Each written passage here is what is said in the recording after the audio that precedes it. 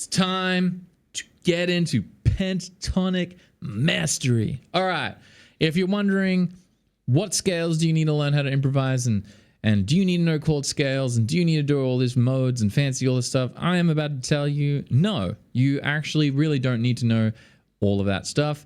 That stuff can be a complete waste of your time, especially if you are not a bebop jazz player or a prog rock player.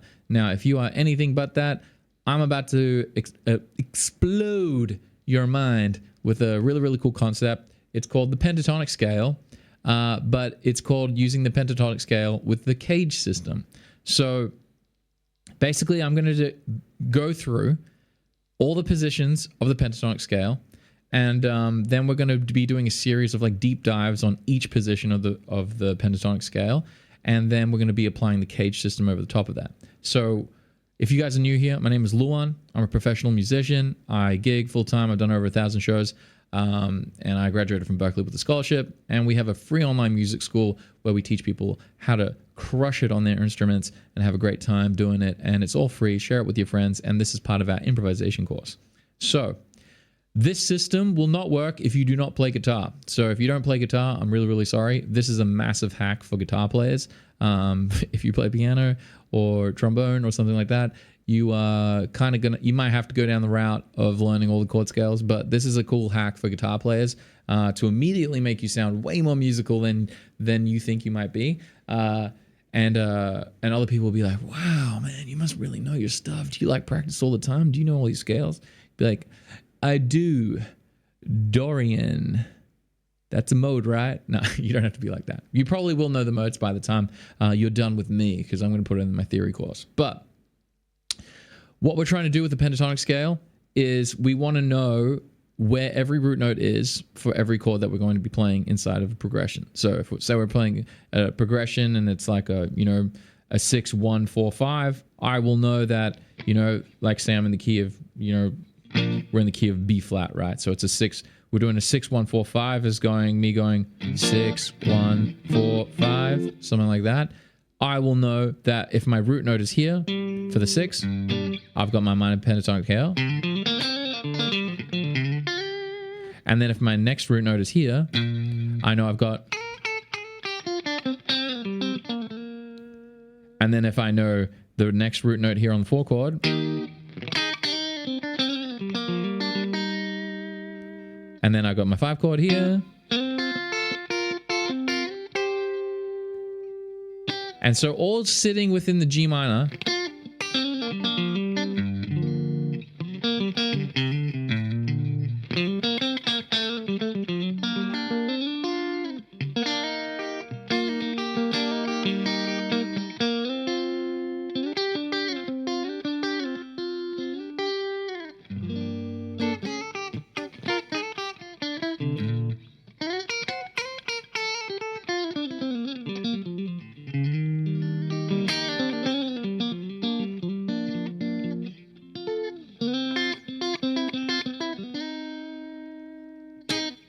I don't know. That's kind of what I'm doing. I'm not thinking about like what mode is here, what chord scale is here, what's going on here. I'm just thinking like, all right, where's my root note? And then what's an open shape that I'm using? So I'm on this G minor. I'm using the E shape. So the E shape from the CAGED system, the E. And then over this B flat, I'm using the G shape. Like my G shape, bang. And I know where all my notes are there. And then over my 4 chord, which is that E flat, I've got my C shape. And then over the 5 chord here, which is the F, I've got my D shape.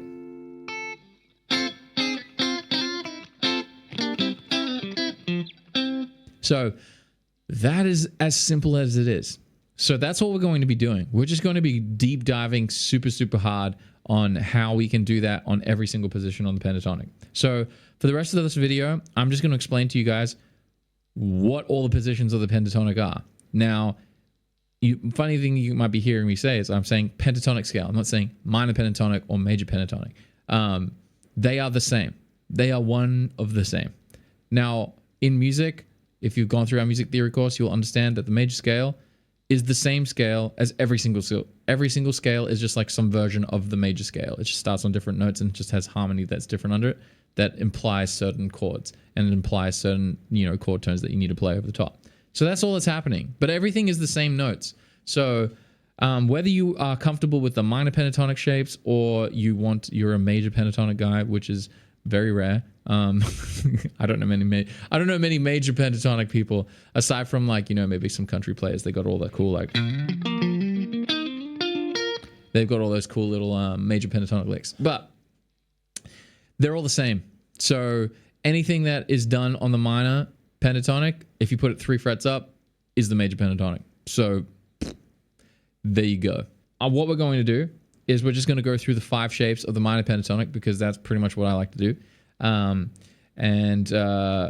Yeah, let's have some fun. The first shape is starting on the root note of the minor pentatonic. So say I'm playing and we're just going to start doing it in the key of G minor, right? And so this is the pentatonic shape. If you've gone through our improvisation course, you should know this one very, very comfortably. So I will put like a little diagram to the side here because I'm a genius editor and you can copy that and find what's going on. So we're going to be starting here on the 3rd fret on the E string, the low E string, 1st finger. So 3rd fret, 6th fret, then we go down, 3rd fret, 5th fret on the A string, and then on the D string, 3rd fret, 5th fret, and then on the G string, 3rd fret, 5th fret, and then we're on the B string, 3rd fret, 6th fret, and then on the high E string, 3rd fret, 6th fret. So we're going on the low E, and then as we go down the strings, we're going to go 3, 6, 3, 5, 3, 5, 3, 5, 3, 6, 3, 6. Boom. Nothing crazy. So that's position 1. Now the next position is all we're doing is we're starting from the 2nd note of the pentatonic scale. So if we were originally starting here on the 1st one, we're now starting on the 2nd one. Wild. And so what we're going to be doing is we're going to be working through this one. By the way, you don't need to nail these shapes, by the way. You just need to know what's happening because I don't actually play through all the shapes. What I do is I will use my position 1 is pretty much like it's the main shtick for everyone. And then position 4, which you'll find out very soon, which is up here. They're like the 2 anchor positions. And then every other position from there, you will steal parts of it to help you connect all up the fretboard. So you just need to know these positions exist, but you don't need to be being able to regurgitate them. So don't do that. You just need to know they exist and kind of know what's going on so that when you're trying to find the notes, you can find the notes. All right, let's hope I don't completely destroy this, but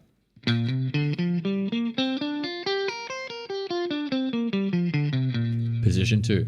I do remember it. Here we go. So position 2 for this pentatonic scale, and the diagram should be up 3, 2, 1.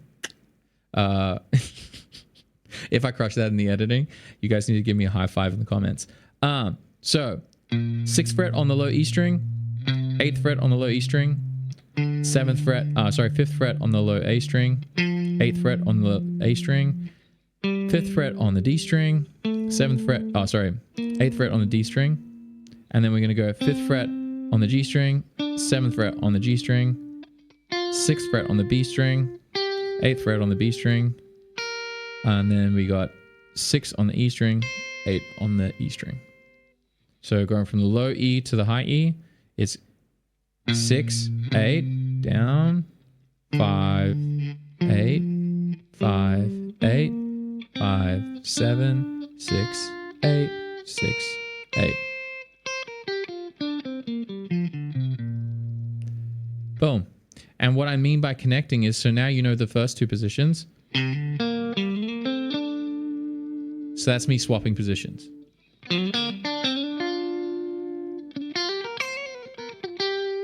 So I just went from position 1 to position 2. That is like a straight up, as clean as I would do it. I don't typically go on these bass strings, but this one I do all the time. If you watch any of my solos, bam, straight in position 2. Anyway, that's what's going on. Now, position 3, as you would understand, is I'm literally starting on the 3rd note of the pentatonic. So let's see if I don't butcher this one.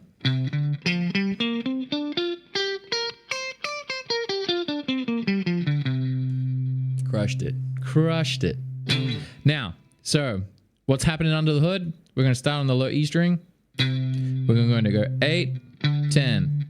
A string, 8, 10. D string, 7, 10. Oh, no, sorry. 8, 10. Oh, man, I just tricked myself again. Stupid little one. Anyway, G string, 7, 10. And then we're going to go B string, 8, 11. And then on the high E string, we're going 10, 8, 10. Whew. So redoing that one again, starting from the low E string, 8, 10, 8, 10, 8, 10, 7, 10, 8, 11, 8, 10. And I've been playing guitar for nearly 20 years and I completely botched that. I should edit it, but I feel like if I don't edit it, I want you guys to know that it's okay. You don't need to memorize this stuff. It will not hold you back from being a good musician. So, all right, so that's position 3. And like I said, I connect these positions basically using just certain strings. So like I'm very favorable of my D and my G string. So now I'm in position 3.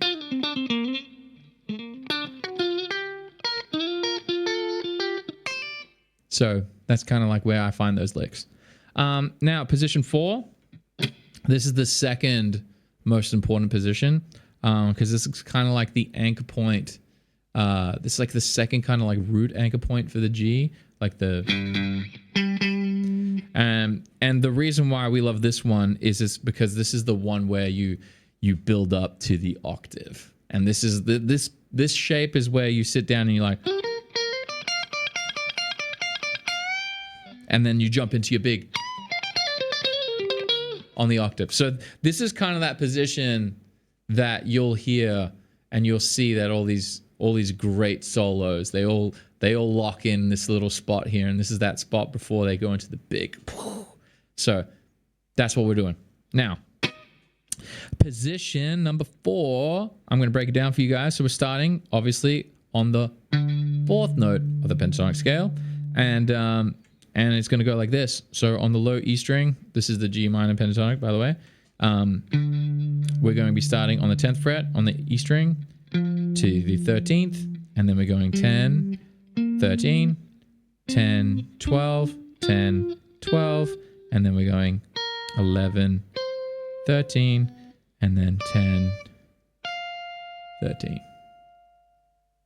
So that again, starting from the low E string, 10, 13, 10, 13, 10, 12, 10, 12, 10, 11, 13, 10, 13. There you go. Very, very simple and easy.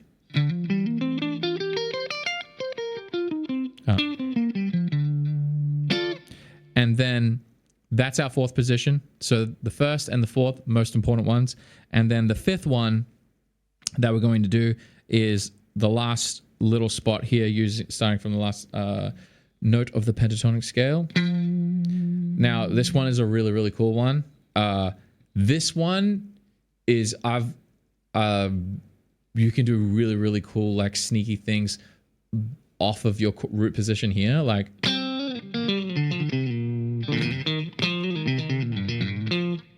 So you can come in on those bass notes really, really, really, really well. Instead of having to go, like, you see how it has a different kind of sound to it? So you can do like these nice little, like, really great slides down. So that's where position 5 for me is like, oh, I love that one. Great spot on the pentatonic scale. So position 5, we're going to start here on the 13 on the low E string, and we're going 13, 15, and then we're going on the A string 13, 15, and then we're going 12,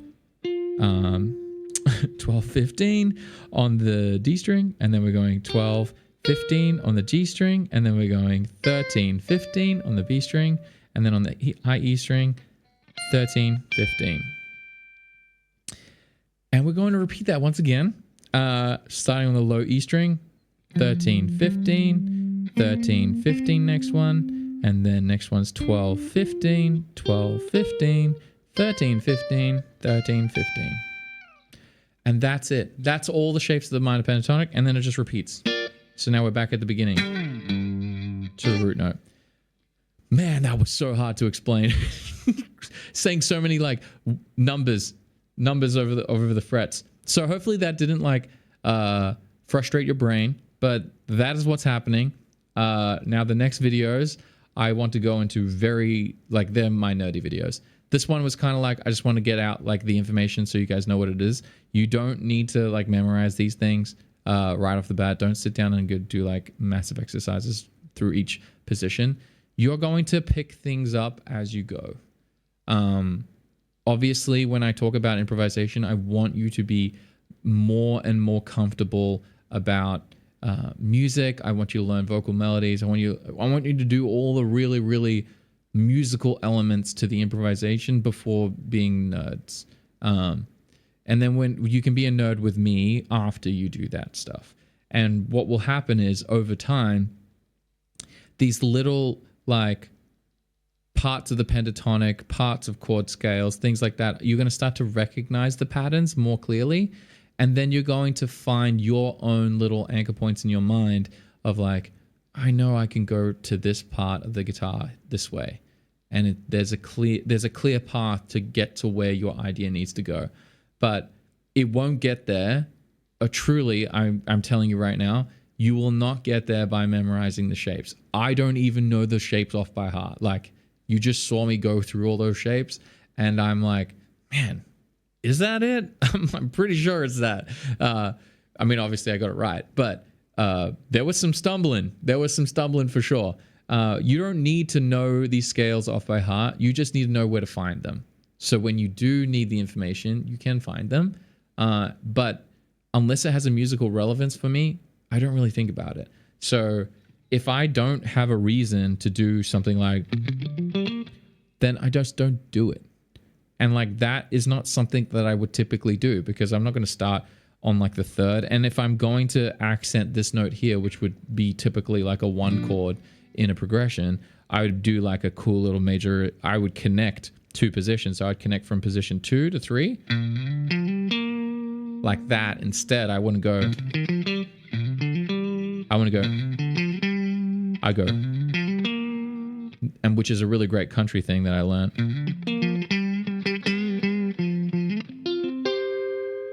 So like, I learned how to connect these pentatonic shapes through playing music, through learning great solos and understanding how they found, like learning the mindset of these great players so that you can get better.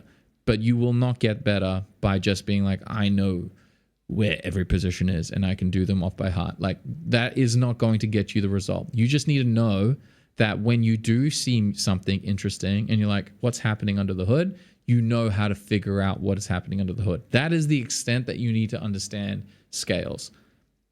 Truly. That is the only level that you need to know. Like you don't need to go past that level. Anyone past that level, like you're the only exceptions I will ever have for anyone who's part of our community. If you're playing bebop jazz or you're like a metal/prog guitarist. In those cases, the actual style is the sound of them playing through scales. Like they are just pretty much burning through some scales. Like there's just licks that are just like, it is them just obliterating a scale at 1,000,000 miles an hour using different combinations. And like, it's impressive, very impressive. But that is like, I would say like less than 5% of players will ever be interested in something like that. Like, I think the majority of us are just wanting to be, sounding good. We just want to sound listenable. And even if you do get to that point where you are blitzing chord scales and doing all that stuff, most people don't like listening to it. And it's more of the musicians that like doing that like that. And it's not other people. So if you're trying to be listenable and you're trying to be creative and do all those kinds of things, you don't need to know these scales off by heart. I'm giving you an out. You just need to know where to find them and how to navigate them on the fretboard. So that's my 2 cents on the pentatonic scale. I try to give you guys that information because I'm like quite serious about this, in the sense that it was a gigantic waste of my time that held me back. So I don't want to hold you guys back. I want you guys to jump in, play music that you want to play, improvise the way you want to improvise, and not feel the burden of scales. It's such a huge thing I hear about all the time. I only stress on this because it is the thing that every time someone is looking at like my solos, I kid you not, it is a huge telltale sign that they're just looking at the wrong thing. They're like, what scale are you using? They're not like, oh, what was that like, rhythm that you did there? Or like, what is, what inspired that lick? What inspired you doing? No one asks those questions. And those are the questions you need to start like asking yourself when you hear music, to be like, okay, what's happening under the hood? What were the chord tones that you were like focusing on there?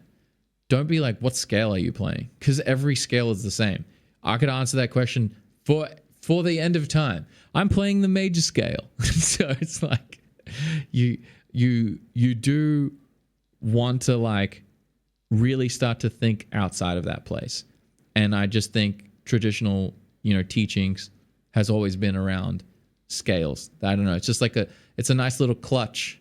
I mean, I'm getting a bit controversial here, but I'm pretty sure it's just like the easiest way to keep a student there for a long time. You could milk a couple of weeks extra out of that student. So that means you make more money as a guitar teacher.